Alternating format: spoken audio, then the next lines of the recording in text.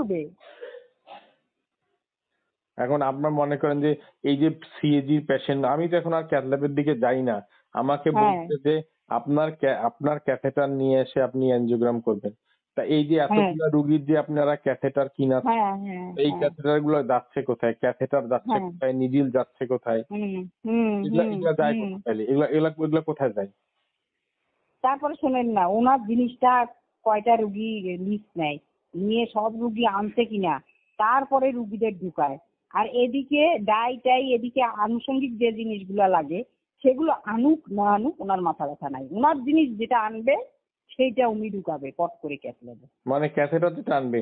আচ্ছা এই হ্যাঁ ক্যাথেটারগুলো আবার কিভাবে মানে ওই আমি তো জানি যে প্রত্যেকটা রুগীর ক্যাথেটার কিনায়, ক্যাথেটার আবার বিক্রি হয়, মানে এনজিওগ্রাম থেকেও সে ইনকাম করে টাকা, ৩-৪ হাজার হ্যাঁ টাকার মতো ইনকাম করে এনজিওগ্রাম থেকে। হ্যাঁ তা এই টাকাটা হ্যাঁ কিভাবে ইনকাম করে? স্যার, একটা পাঞ্চার নিডিলের দাম কত? 600-700 টাকা। হ্যাঁ হ্যাঁ হ্যাঁ হ্যাঁ। সেইটা নেয় 2500 টাকা। তাহলে লাভটা কোথায় হলো সেটা আপনি চিন্তা করেন। এই একটা 25 টাকা এক্সটেনশন টিউবের দামও 500-700 টাকা, হ্যাঁ হ্যাঁ হয়তো ওরকমই। সেইটা নেয় 2500 টাকা, তাহলে লাভটা কোথায় হয়? মানে একটা মেনিফোল্ডের দাম কি, মেনিফোল্ডের দাম কত? এই ধরেন 1200 টাকা। 800-900 টাকা। হ্যাঁ, সেটা নেয় 3000 টাকা বা 2500 টাকা। ওগুলো নেয় 2500। আর ক্যাথেটার আর শীত নেয় 3000। তাহলে এটা একটা ক্যাথেটার এবং শীতের দাম তো এটা বোধহয় কত যেন 1500-1600 টাকা বা হ্যাঁ 2000 এর শীতের মধ্যে। দাম, শীতের দাম 1000-1200, বেশি না। হ্যাঁ তা সেই তাহলে সেই লাভটা টাকাটা কি, কোথায় হয় স্যার আপনি এখন বোঝেন। সেই টাকাটা কি নগদে নেয়? নগদে মানে ওনার দোকান আছে বাবা। মানে সে কি আবার দোকানও খুলতে উনি পারে? দোকান মানে একটা সেলের, সেন্ট্রাল ল্যাবের একটা সেলের কাছে দিয়ে রাখে। ও তা ওটা তো ওরই ছেলে বোধহয়। ওই ছেলেই ডিল করে।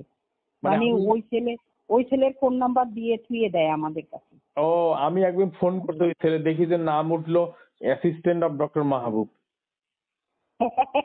ওনারই তো ছেলে। ও ওখানে একটা মিনি দোকানও খুলছে সে। দোকান মানে ওই ছেলের কাছেই আনি দেয়, ওই ছেলেই ইয়ে করে।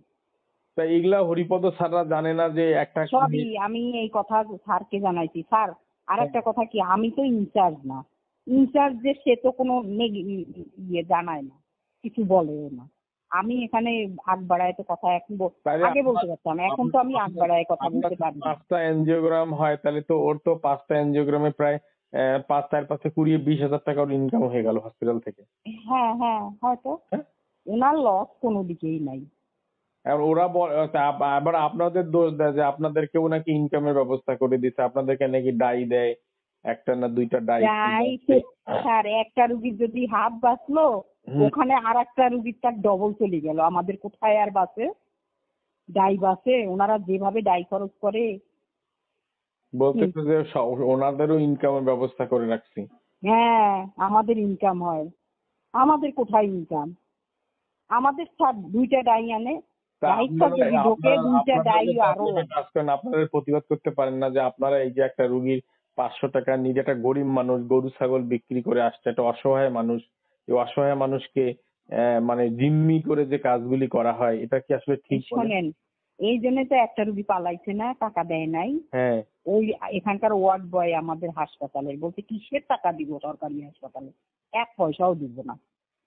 ওই ওই ওরকম ভাবে উচিত শিক্ষা পায় তো তো ইয়ে হয় না তার, মানে তার ভয় ভীতি তো নাই স্যার। না যেভাবে যে আর একটা কি যেন ভবন, সে কোথায় যেন রুগীকে দেখি ঘুপে ঘাসে সারাদিন শুধু ওগুলাই করে, সকাল থেকে আইসাই একে টানিয়ে খুপসির মধ্যে ঢুকাইছে, ওকে শোনেন টানিয়ে খুপসির মধ্যে। শোনেন রুগীগুলা সিএজি করার পরে হ্যাঁ আমাদের সিএজি কত টাকা স্ট্যান্ডের দাম সেগুলো আমরা জানি না, কোন স্ট্যান্ড লাগাচ্ছে সবই জানি। এখন উনি কি করে, আমাদের সামনে দিয়ে ওনার একটা হাওয়া ভবন আছে ক্যাথল্যাবের মধ্যে, ওই হাওয়া ভবনে ঢুকায় উনি 1,30,000 বেলুন নয় আর সবকিছু মিলায় 1,30 হবে, 40, উনি নেয় 81। প্রত্যেকটা রুগী তাই করে, একটা 1,81,000। 180। 180? হ্যাঁ 1,80,000? হ্যাঁ। ওরে সর্বনাশ। এখন আপনি বোঝেন, ওই আমি নাম দিচ্ছি এই জন্য হাওয়া ভবন ওইটা। তা আপনারা এগুলো জেনে শুনে হরিপদ স্যারকে বলেন নাই যে স্যার এই টাকাটা? স্যারকে প্রথমে একদিন আমি বলছি, হ্যাঁ বলে কি স্যারকে এটা আমি জানাই